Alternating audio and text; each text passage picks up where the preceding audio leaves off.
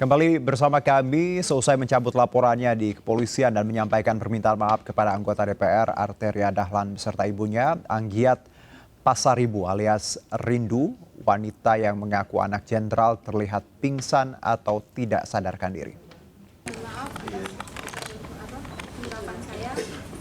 Ya, kejadian ini langsung menyita perhatian anggota polisi dan beberapa awak media yang masih berada di lobi utama Mapolresta Bandara Suta langsung memberikan pertolongan kepada yang bersangkutan. Keluarga langsung membawa Anggiat ke rumah sakit.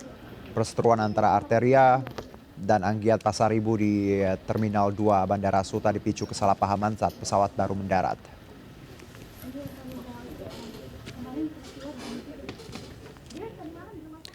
Ya, Anggiat Pasaribu, wanita yang memaki Ibu Arteria Dahlan, meminta maaf atas sikap arogannya. Dalam permohonan maafnya terungkap wanita itu ternyata bukanlah anak dan istri dari jenderal. Ia beralasan emosinya di bandara memaki Ibu Arteria Dahlan karena sedang sakit gigi dan menahan buang air kecil.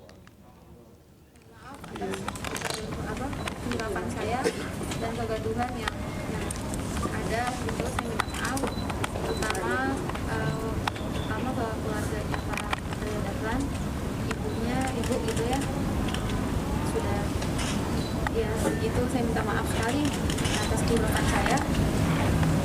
Saya minta maaf juga ke TNI Angkatan Darat yang sudah masuk. Ini yang saya khawatirkan loh.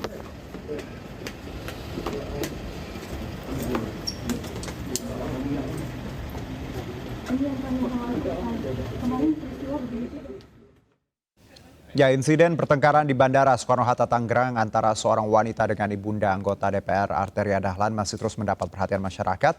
Panglima TNI Jenderal Andika Perkasa dan Kapolri Jenderal Listio Sigit Prabowo, Panglima TNI memastikan akan mengawal kasus ini.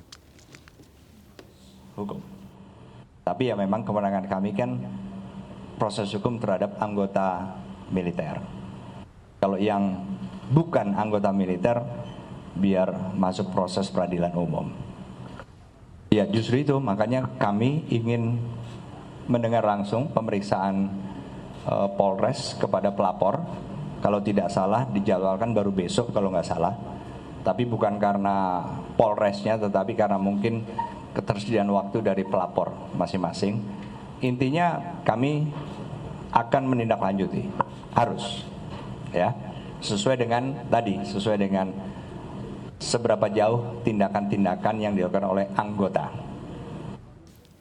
Ya, kasus perselisihan anggota Komisi 3 DPR fraksi PDIP Arteria Dahlan dengan wanita yang mengaku anak jenderal terus bergulir terkait persoalan cekcok antara anggota DPR RI ini dengan perempuan bernama Anggiat Pasaribu. Kami sudah terhubung dengan Bapak Ujang Komarudin sebagai pengamat politik. Selamat sore Pak Ujang. Selamat sore Bang Herjino. Apa kabar Pak Ujang? Alhamdulillah baik. Iya, kita bicara mengenai arogansi, bagaimana tadi keluarga pejabat ya. Yang jelas bagaimana Anda melihat ini Pak Ujang? Ya ini fenomena umum ya yang terjadi di masyarakat kita. Ya pertama mungkin kita ini kan masyarakat sedang susah ya, sedang sulit karena corona, ya, sedang stres gitu kan. Lalu mungkin ya di jalan ada sesuatu yang tidak berkenan, lalu langsung gitu kan reaktif terhadap persoalan-persoalan yang ditemuinya gitu loh. Nah ini juga kan banyak kasus-kasus sebelumnya misalkan di jalanan ya kan, yang kadang-kadang misalkan menodongkan pistol ya kan, arogansi-arogansi yang lain itu muncul di antara pejabat kita. Dan begini Bang Herjuno ya, saya pernah juga jadi pejabat di 2016. Memang gini, bawaan orang pejabat itu bawaannya mohon maaf agak sombong gitu. Bawaannya.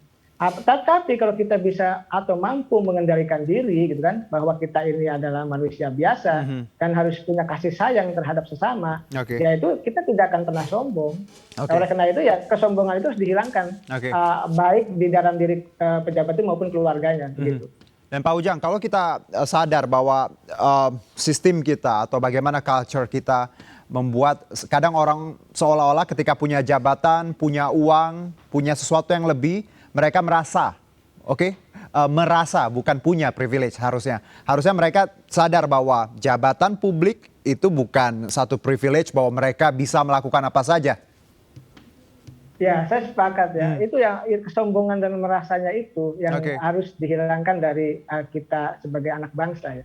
Karena begini, prinsipnya begini, pejabat itu kan bukan untuk mengumbar kesombongan itu, bukan untuk petantang-petenteng, bukan untuk mempertontonkan kekuasaan dan jabatannya itu, tetapi bagaimana jabatan itu diemban untuk apa? Untuk bisa memperbaiki masyarakat, memperbaiki bangsa dan negara. Bukan untuk membangun dan mengimplementasikan kesombongan-kesombongan itu, tapi memang faktanya ya kita lihat gitu ya, itu sering terjadi. Karena tadi ketika sudah dilantik gitu ya, ketika sudah banyak uang, ketika sudah dihormati oleh orang lain gitu kan, maka semuanya itu setiap pribadi itu punya nilai-nilai kesombongan tersendiri begitu dalam dirinya. Oleh karena itu ya saya sangat apresiasi ya kalau ada pejabat yang rendah hati gitu ya, pejabat yang memang tidak sombong. Ini menjadi penting agar apa? Pejabat itu bukan hanya sebagai orang yang punya kewenangan untuk mengurusi suatu jabatan di institusi tertentu, tetapi bagaimana dia bisa menjadi suri teladan bagi yang lain gitu loh. Nah ini penting, misalkan anggota DPR bagaimana bisa menjadi teladan bagi rakyat. Lalu pejabat misalkan di TNI maupun di Polri dimanapun gitu, keluarganya jadi teladan juga. Nah ini harus kita kembangkan sehingga hal-hal seperti ini tidak terjadi lagi. Jadi jangan merasa punya privilege dan merasa harus diistimewakan dalam banyak hal ya, Pak Ujang ya, bahwa ya tadi semuanya sama, apalagi di mata hukum harusnya ya, seperti itu ya. Nah memang kekurangan kita itu sok-soknya itu Bang Herjuno. Jadi kita kadang-kadang punya jabatan sok begitu. Kalau kita bicara keluarga, ini juga jadi catatan kita bagaimana banyak beberapa orang mengaku anak lah inilah istrinya ini, sampai kemarin juga ada anggota polisi yang istrinya memamerkan uang ya, sejumlah uang di media sosial, akhirnya sang suami kena sanksi. Bagaimana Anda melihat catatan untuk keluarga, baik itu ya pejabat ataupun siapapun itu yang merasa bahwa mereka punya privilege, harusnya seperti apa sebagai anggota keluarga? Ya mestinya bersikap seperti normal saja, biasa saja. Bahwa jabatan, misalkan uang, kekayaan, apapun yang dimiliki oleh orang tertentu yang memiliki keistimewaan itu bukan untuk dipamerkan, bukan untuk mengumbar kesombongan, ya kan? Tetapi bagaimana ya jabatan itu tadi bisa diaktualisasikan untuk bisa membantu rakyat, bukan untuk saling bertengkar, gitu, saling memaki, saling memarahi, bukan. Nah, saya melihat keluarga ini juga menjadi penting ya untuk menanamkan nilai-nilai dan etika moral dalam keluarga. Jadi penting itu pejabat misalkan suaminya pejabat, penting juga untuk mendidik istrinya, anak-anaknya, keluarganya untuk memberitahu kepada keluarganya agar punya batasan-batasan tertentu untuk bisa bergaul dengan masyarakat. Artinya jangan pernah sombong, jangan membatasi diri gitu loh, jangan pernah arogan. Ini menjadi penting. Nah kalau ini bisa kita lakukan ya dari saat ini ke depan, maka masyarakat kita juga akan tidak ada pembatasan dan tidak ada perbedaan antara misalkan yang kaya dengan yang miskin, yang punya jabatan maupun yang tidak. Nah ke depan ini yang harus kita kembangkan, karena saat ini kan gini, ada perbedaan yang mencolok ya antara yang kaya dengan yang miskin, antara pejabat dengan rakyat. Ada kecemburuan dari rakyat ketika misalkan pejabatnya banyak yang pamer, mengumbar kesombongan dan lain sebagainya. Oleh karena itu ya kita tahu masyarakat Indonesia masih banyak yang terbelakang. Mohon maaf, musuh kita dua, yaitu kebodohan dan kemiskinan. Nah ketika masyarakat masih banyak, mohon maaf, yang pendidikannya belum tinggi, masih bodoh, ya ketika masyarakat masih banyak yang miskin, maka jangan mengumbar-ngumbar jabatan dan kekayaan dan kesombongan itu kepada publik. Itu juga menjadi sesuatu yang tidak baik. Oleh karena itu ya keluarga itu menjadi benteng bagi pejabat itu sebenarnya untuk melindungi suaminya yang jadi pejabat itu. Karena kalau anaknya berlaku misalkan terkena narkoba, lalu tawuran misalkan, lalu memaki-maki orang, ini kan cerminan bahwa keluarga ini, mohon maaf, tidak dididik dalam konteks moralitas dan etika itu.